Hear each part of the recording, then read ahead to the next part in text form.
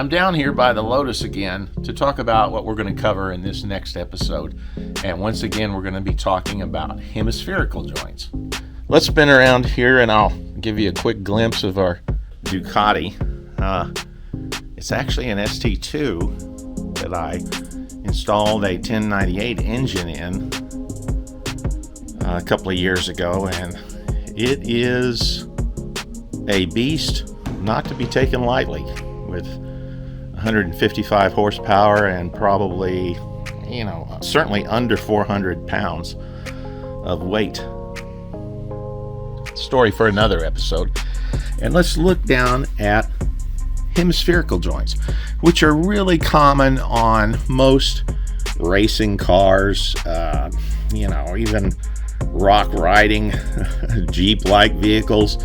Hemispherical joints have become really popular these days because they're incredibly strong and incredibly, flexible in terms of how they operate. So the idea on this episode is to talk about how can we incorporate hemispherical links on our Café Racer build. So we're going to talk about next how to add these to serve as an addition to our ISOLASTIC mounts. These hemispherical joints, they offer a lot of great stuff, but they do require a little additional maintenance because they're somewhat exposed and they can pick up dirt and other things. But you have to keep them clean, and occasionally you have to replace them. So they're not intended to last the life of the car, or how modern suspensions work. So they do have to be replaced, but on things that you're not necessarily going to use or ride for that many miles, like a Café Racer, these will be just fine.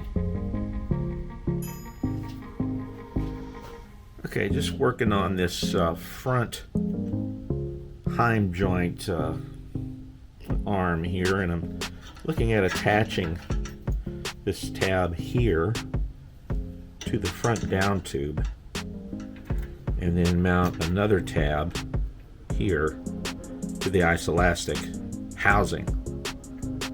I'm trying to get this sort of swing of the arm here to be as long as possible, so there's not a tendency to pull in or out depending on how high. I mean, obviously it's not going to move much at all, but this way we'll get the most amount of travel here with the least amount of pull. In other words, if you had a short arm, it would tend to pull in and out as it goes up and down. So by using the full width here, we're going to try to keep that to a minimum so that it's just allowing the up and down movement and zero side to side.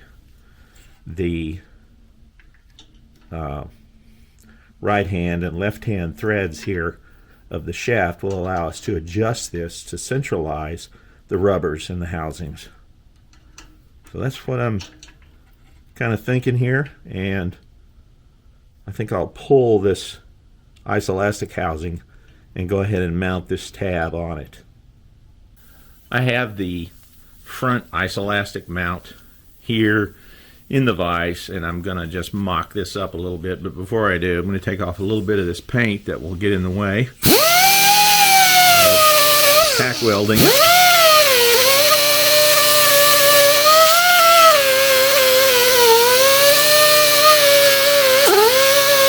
This hard brush does a great job of taking that off.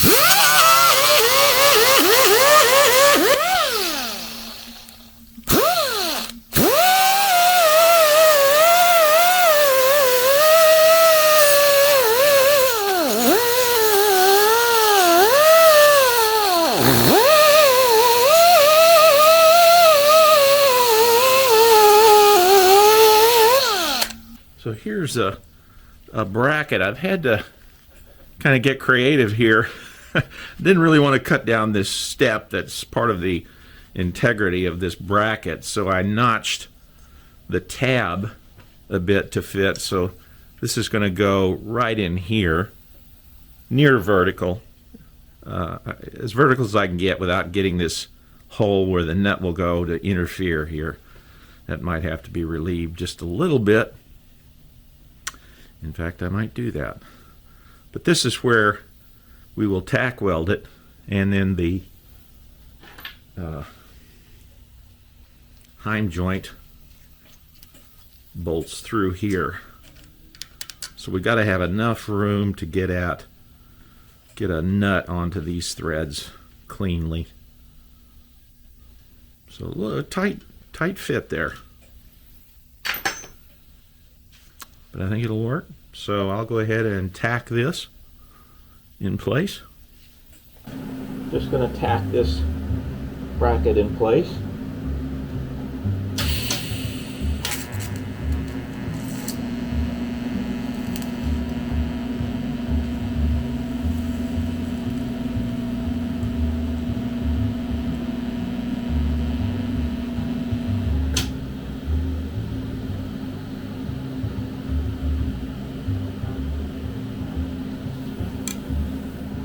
That off.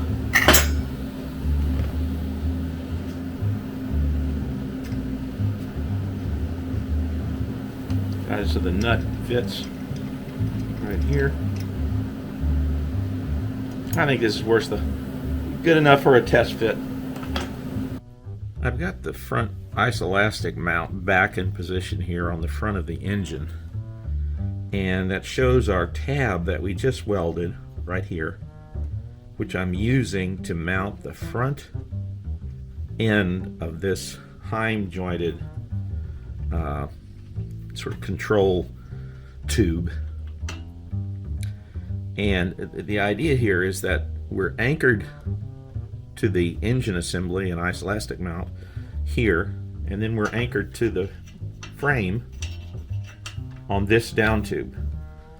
So this joint is going to prevent any movement in this or this direction. It's going to allow up and down movement, which is what we want to isolate the vibes. So it's going to flex on this HEIM joint and this HEIM joint.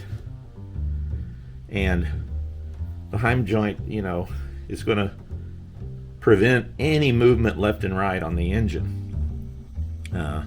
So I've got to position a good place to mount this coped tab here that anchors this end of the control tube.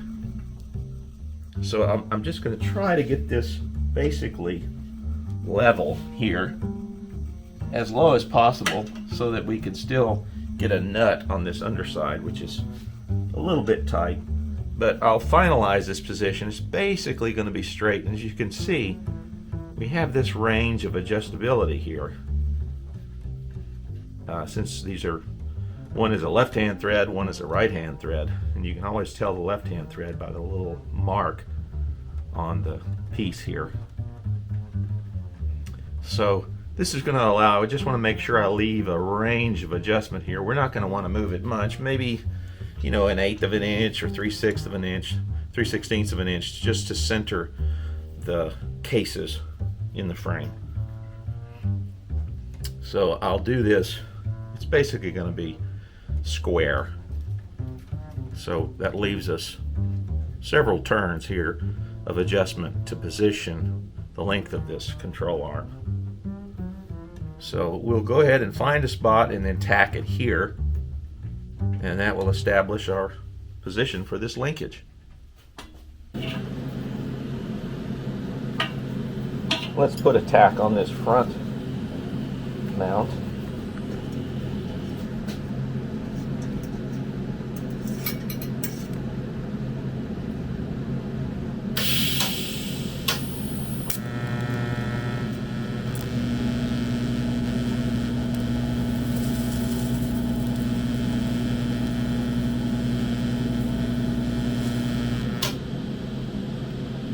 Hold it in place.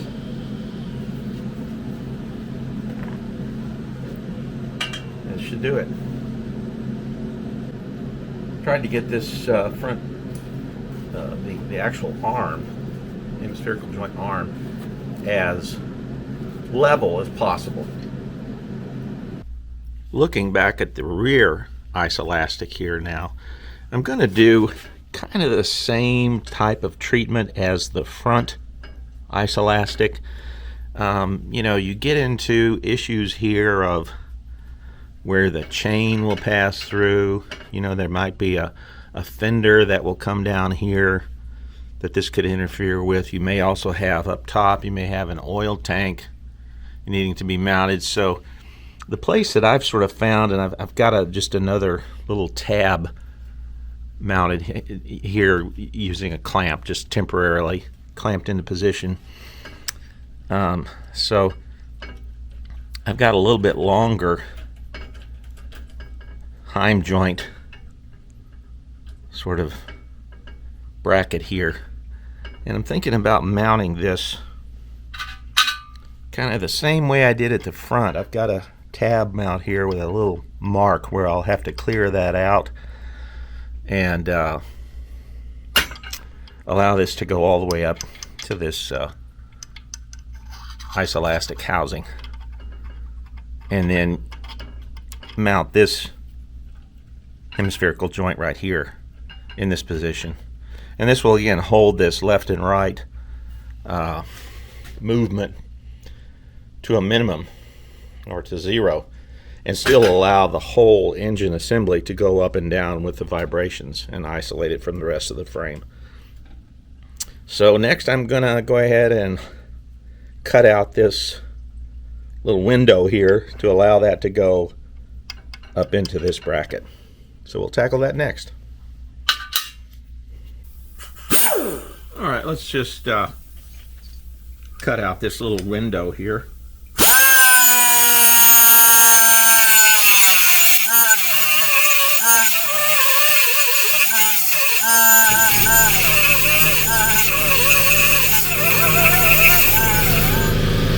Not sure if I have it wide enough. Let me just check it.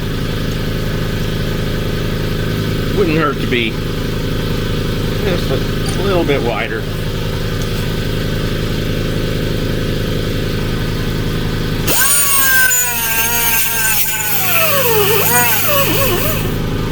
See if it's closer. Wide enough, but wouldn't hurt to be just a little bit deeper.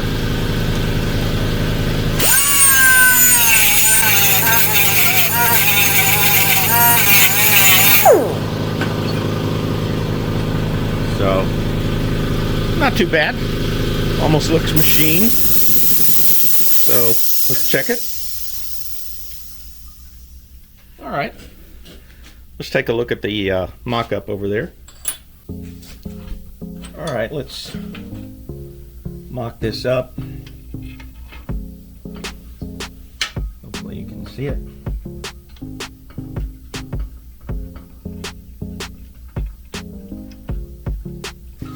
So that's going to come under here. Then the HEIM joint, which wouldn't hurt if it went in just a little bit here. Again, just for mock-up. We'll go right under there. We'll put a bolt through that. And you know, it's really just like what we did at the front. I'll go ahead and tack these on. I'm not necessarily going to show it because you've already seen that. But we'll tack these into position, and that will allow us any final tweaks sort of when we get the final assembly together. But that's definitely going to work. And again, the idea here is it allows it to move up and down, but not in this direction. The HEIMs prevent it from moving laterally across the frame, which ultimately will have to do with the chain and the rear swing arm. We don't want any movement of that chain left and right. It's okay if it goes up and down. So I think this looks good. Let's move on to another HEIM joint that I've got in mind to prevent the whole engine assembly from moving forwards and backwards. Okay, so we've got our engine cradle assembly, you know, attached with these isolastic mounts, and as we just covered, back here we have our mocked up HEIM joint assemblies that will prevent the engine cradle from moving in this direction. Now, just in thinking about this design, you know, you're going to have a chain running right down below this area pulling, and we really don't want this, you know, the torque of the engine to be pulling this engine assembly in that direction, because every time you hit the throttle it's going to shift and pull against these isolastic rubbers, eventually wrecking them. You know, it may make the chain jump. You know, all kinds of bad things happen.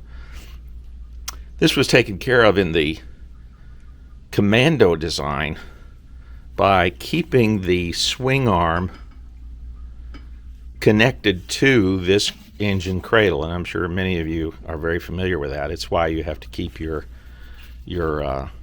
isolastics in good shape. In this design, using the featherbed style frame, I'm going to keep the swing arm attached to the frame. It's just a more rigid design, probably better handling. I mean, I had a couple of Commandos, and I just never really could get used to the sort of Commando hitch as it took up the slack and the you know, side to side shims, which you keep them tight, but they do move slightly. You know, for some people it's fine. I never really liked it. Okay, so in this design, how are we going to prevent this engine cradle from moving this direction when torque is applied? So that led me to think in the same way. Let's get a big HEIM jointed strut here and somehow attach it to the engine cradle down here somewhere, somehow, and then out here to the frame. So, you know, a lot of head scratching where, well, you've got this primary case kind of in the way of everything. You know, I don't know that ultimately we'll use a stock primary. I'm sure, you know, this situation will probably have a belt drive. It won't be attempting to hold fluids. So, you know, you could probably get away with removing this, but I thought, well, let's at least keep it so it could be stock or close to stock. You may have to relieve a little bit of this inner primary to get everything to fit. But again, in thinking, where does this thing go? Well, if you go up here, you may interfere with your oil tank. There's just not a lot of places to attach this. I think it's okay to attach it down here somewhere. Either we'll weld a little tab or we'll drill a hole, but somehow we'll mount that so it's floating there. But that leaves us with, you know, with this end down here. Where and how is it going to attach? So I just thought, you know, let's design an ideal mount, and that led me to sort of make a scribble on a piece of paper, and I placed it here and thought, well, if I had a tab that came out here and created a mounting tab or boss here that this HEIM could attach to, welded on the inside of the frame tab here, back on this side, and again, my scratch paper, create a tab out here in space, which would line up with this area here, put a big bolt through there. Well, then this would be anchored to the engine assembly and the frame, and it's also conveniently running directly in line with where the chain is. Literally about a ½ inch below here is where the chain will be pulling.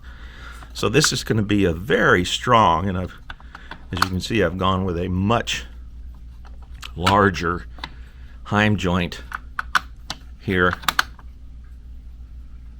much, you know, stronger to deal with the torque, although, you know, frankly, on a Norton engine it's not that much, certainly compared to modern motorcycles, probably somewhere to 50-100 foot-pounds at the most.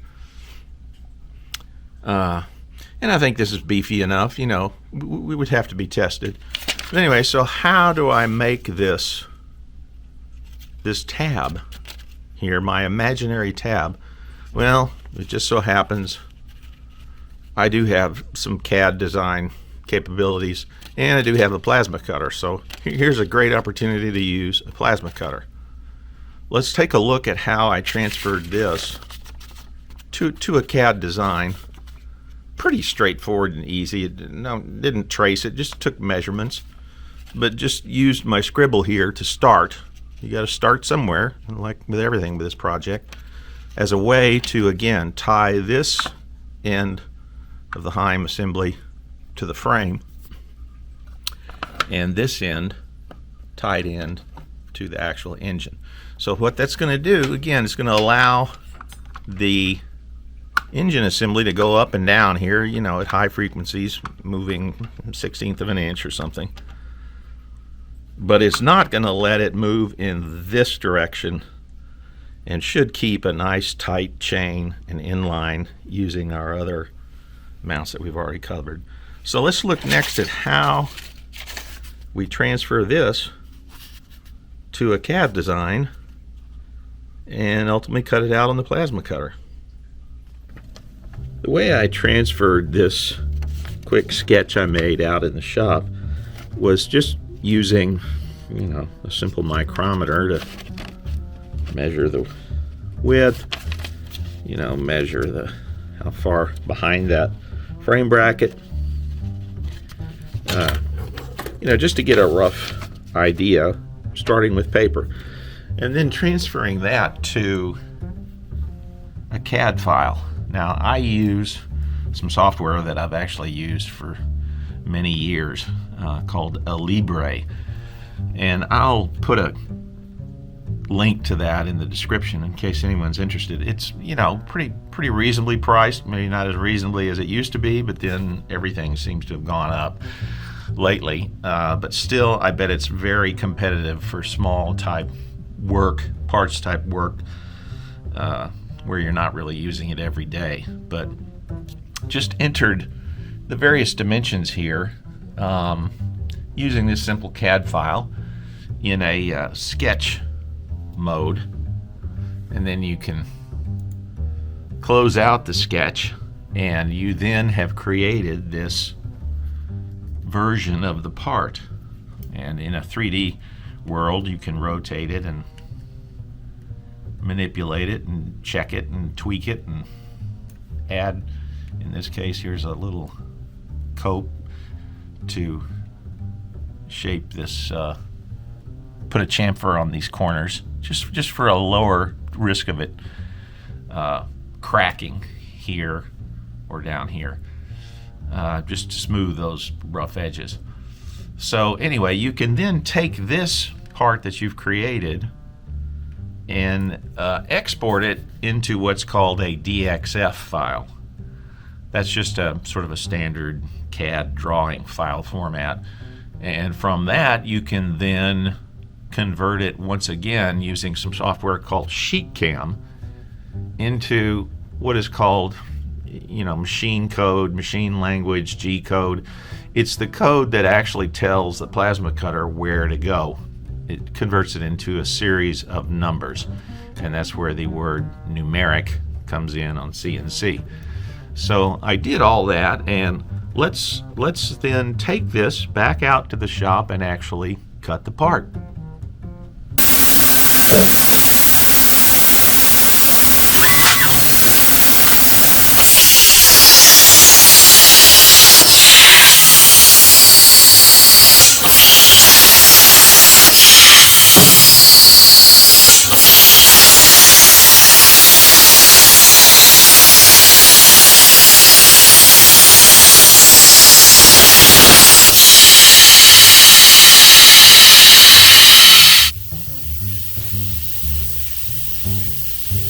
This is right out of the plasma cutter, and this will be that bracket we've been working on, and you can see it's a pretty good cut.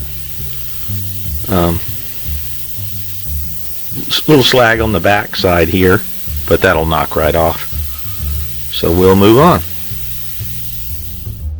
Let's mock up this bracket we just cut on the plasma cutter, and I've cleaned up all the dross or slag off of it, and it looks pretty good. I ran a 7/16 inch drill bit through this hole, since this is what mounts into the HEIM joint. But anyway, I had designed this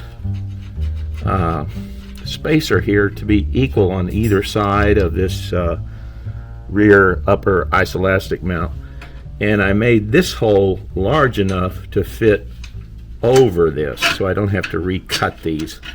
In other words, I'll show you here. So this can freely swing on that spacer. So let's feed that through again.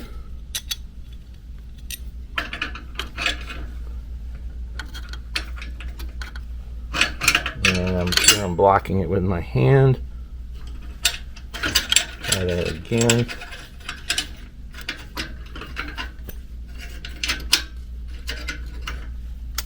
Just getting it into position. That's in position over this spacer. Okay, so I've got this kind of roughly in here. That gives you an idea of where this is going to go.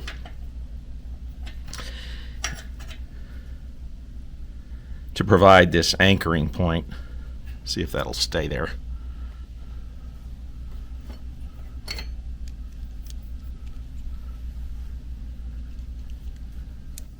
For this HEIM, I'm going to put a 7/16 in here.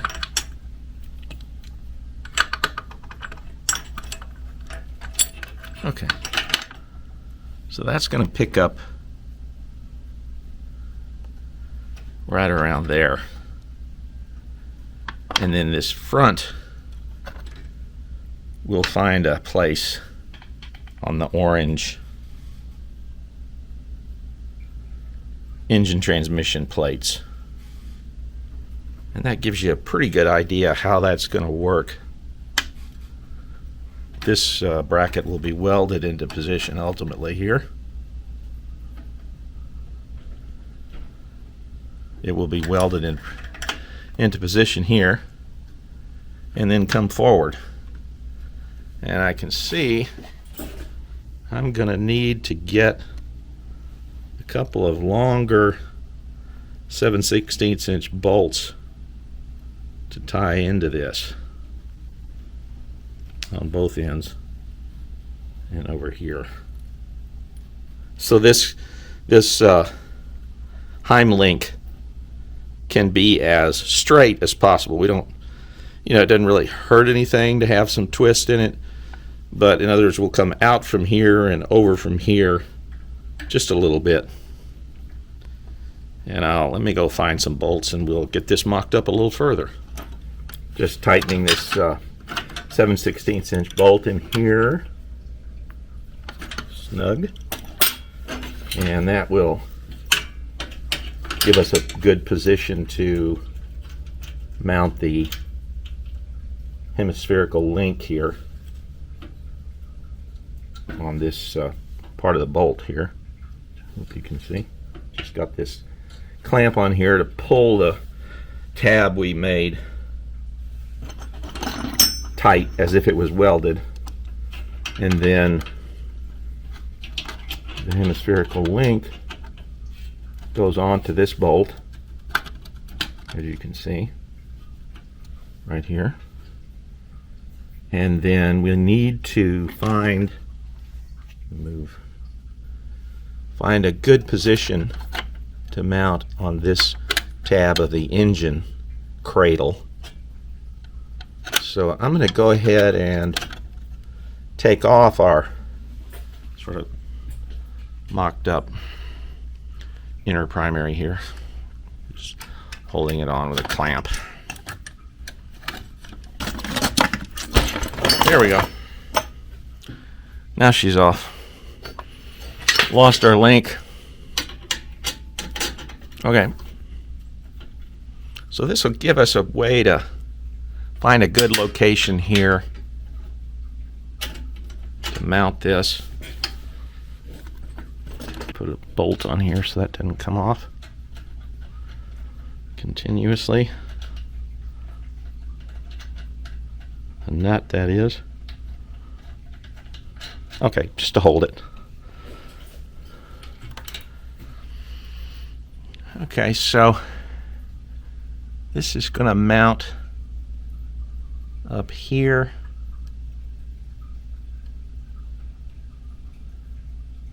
And leave enough meat on this top side. Although, you know, if it's turns out to not be enough, we can weld a tab or a washer on here to give us a little bit more strength. It may need that anyway, because there could be a tendency for this bracket, although it's pretty thick, to bend from the torque pulling on it. You know, some of this stuff we just have to test in the real world once we're actually running the engine. But in the meantime, let's just make a mark here. And I will go ahead and drill this. Line that up a little better. You know, this will be away from it enough to try to get this link to be straight rather than crooked inwards, which would put, you know, a little bit of unwanted torque on it, left and right. Okay, so let me just see how I'm gonna put a mark in here. Kind of see where we are. I mean, that's not bad. That's not a bad spot. Again, just needs to be enough for this 7/16 inch bolt size to clear that and have some meat on the other side here. But I have a feeling we're going to end up, you know, welding on a tab or something here. But again, this is just for mock-up, so I'll go ahead and drill this so we can get a bolt through here to again mock it up and see how she looks. So let me get my drill. I've done a couple of steps already just in the interest of time, so this should take us out to the full 7/16. This thing is proving to be a little bit tougher and stronger than I realized, so you know.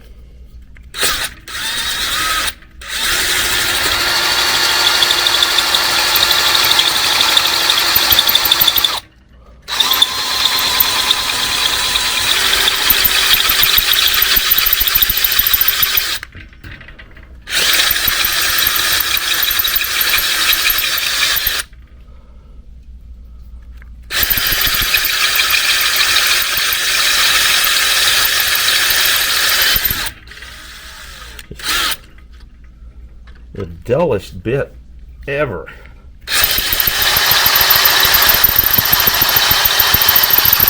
You know how you get a dull bit and you start and you're like, well, it's almost through, I'll just wait, and then it ends up taking, you know, half an hour. That's what this is.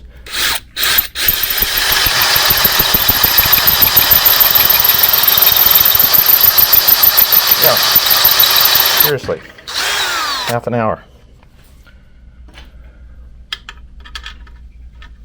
It's the right size.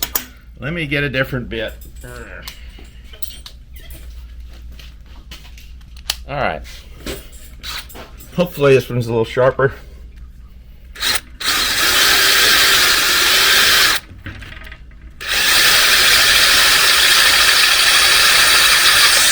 Feels like it. Alright, we're through. Yay, we drilled the hole.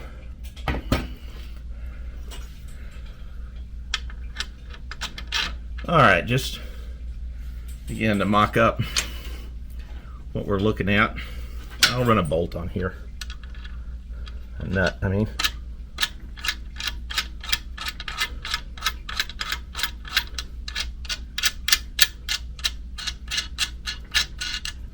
Okay. Again, just to get a picture here of what we're doing.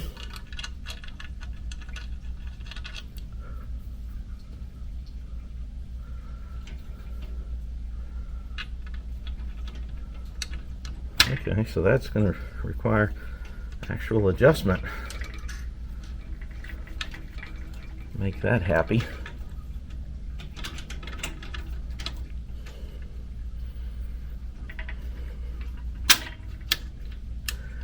And, you know, another thing, we'll have to put the proper spacers behind here. Here's an example of one for a 1/4 inch that we used on the front and rear. And these have a little taper on them that frees a little bit of rotating space around the HEIM joint so it doesn't bind on this outer edge. But I don't have that right now. But this, again, will allow us to do the mock-up. Okay, not bad.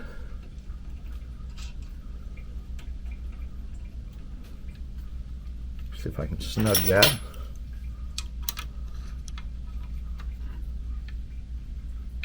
Yeah. Okay, so let's take a look here with this, which will do a great job of preventing forwards and rearwards movement against basically the pulling of the chain.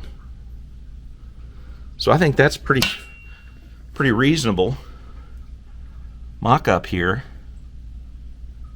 of this link.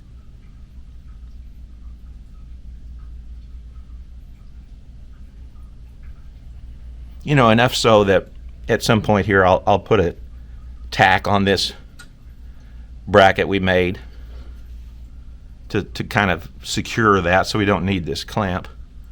But that gives you an idea how that's going to prevent this whole engine transmission assembly from moving fore and aft. It'll allow it to go up and down and get rid of the vibes, but it won't allow it to go this way, which will again help with our chain and hopefully address this issue that was solved in a different way on the Commando. But for this featherbed type frame, I just wanted to try a different technique. Okay, so we're running long again, and sorry about that. So I will go ahead and tack all these parts of our HEIM links that we just installed.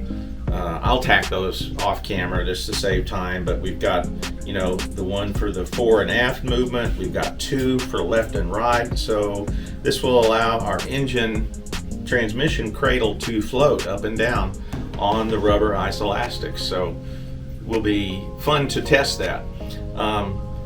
In our next episode, we're going to do something which I'm giving you a hint of right now, a little more fun, and that is to mock up our upper frame rails and giving you this hint of a very recognizable part of our creation here, and that is the WIDELINE featherbed shape here that's, you know, so recognizable for this style of frame. And we'll get into how we position this and get our frame jig so that it supports putting these in the right place in space here. And in the next episode, we'll be working on our frame jig to put these supporting pieces into the proper position here to support where these upper frame tubes fit in space here. And again, going for repeatability and accuracy in our frame jig. And, you know, kind of a fun mark in time for our project here to finally get these upper rails, which are so recognizable with the featherbed shape right here. Also, we'll get back into looking at how to cope this up in the front. But the next step is to get these pieces that position our upper frame rails into proper position to establish where these go in space. So we'll see you next time. And oh, by the way, remember to like and subscribe. Appreciate it.